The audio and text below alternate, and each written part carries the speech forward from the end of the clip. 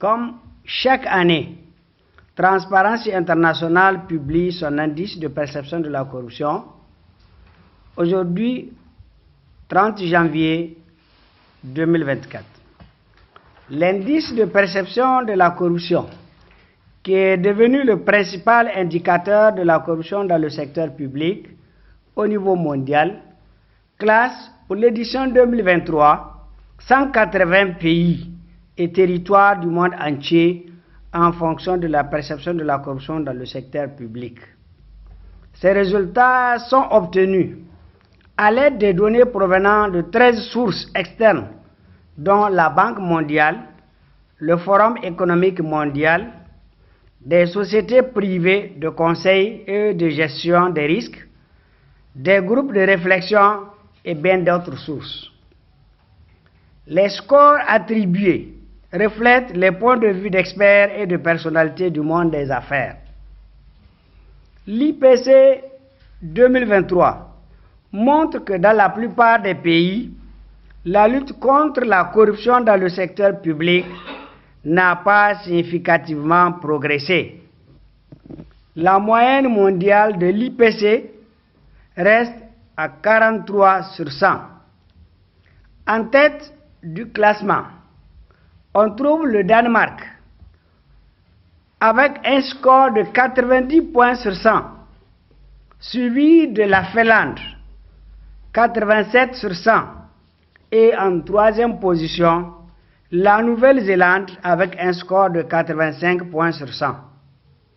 À la traîne, on trouve le Soudan du Sud, la Syrie, le Venezuela, avec 13 points sur 100 chacun, et la Somalie qui ferme la marche avec 11 points sur 100. En Afrique, la lutte contre la corruption est confrontée à d'énormes difficultés avec une démocratie fortement menacée par la multiplication des coups d'État militaires dans certains pays, les moins notés par l'indice de perception de la corruption 2023, notamment le Mali avec 28 points sur 100, la Guinée 26 points sur 100, le Niger 32 points sur 100 et le Gabon 28 points sur 100. Ces pays ont récemment connu des coups d'État militaires sous prétexte de l'insécurité et la corruption, citées comme principales raisons sous-jacentes. En somme, depuis 2020, 9 coups d'État ont eu lieu dans la région du Sahel et en Afrique centrale.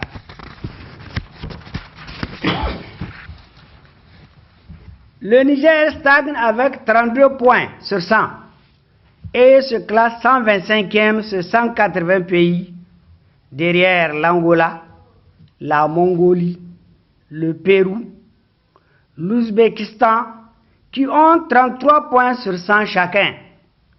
Le Niger se place devant le Togo, le Kenya, le Mexique et le Salvador, qui ont 31 points sur 100 chacun. Cette stagnation du Niger, qui risque de perdurer au regard du contexte politique actuel, s'explique par l'insuffisance et ou la faiblesse dans l'application des textes portant prévention et répression de la corruption. En effet, plusieurs affaires de corruption et fraude restent impunies depuis plusieurs années, dont la plus marquante est l'affaire du ministère de la Défense nationale. Pire, nous assistons ces derniers temps à la prolifération des trafics, comme l'illustre l'affaire de 1400 kg d'or saisis à Addis Abeba en Éthiopie en provenance de l'aéroport Dioré Hamani de Niamey.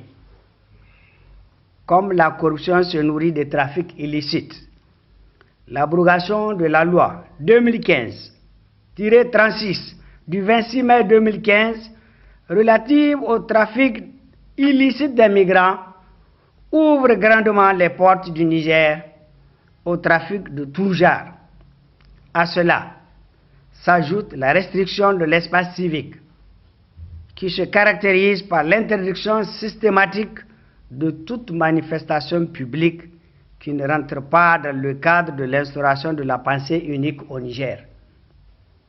Au vu de tout ce qui précède, Transparency International estime que la forte demande sociale pour plus de justice, de sécurité, de jouissance des droits et libertés garantis par les instruments juridiques internationaux ratifiés par le Niger et au regard du rang du Niger peu honorable dans l'indice de perception de la corruption 2023, les pouvoirs publics doivent, au-delà des discours, combattre avec détermination le phénomène de la corruption et les infractions assimilées, car il y va de la survie même de l'État.